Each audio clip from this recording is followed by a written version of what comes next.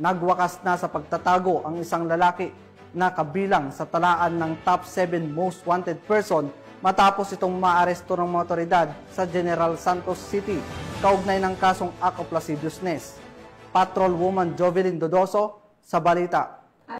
Ang top 7 most wanted person city level sa kasong acts of lasciviousness ng General Santos City PNP sa Purok 7, Barangay Batumilong, General Santos City. Kinilala ang suspect na si alias Tonyo, 19 anyos, walang asawa at residente sa nasabing lugar. Naging matagumpay ang operasyon dahil sa pinagsanib na puwersa ng Police Station 8 General Santos City, katuwang ang iba't ibang personahe ng Police Regional Office 12. Bandang 1:30 ng hapon, naaresto ang suspect sa bisa ng warrant of arrest sa kasong acts of lasciviousness sa ilalim ng Republic Act 7610 na may inirekomendang piyansa na may halagang 180,000 pesos. Patuloy ang Police Regional Office 12 PNP sa mas pinaigting na kampanya kontra kriminalidad.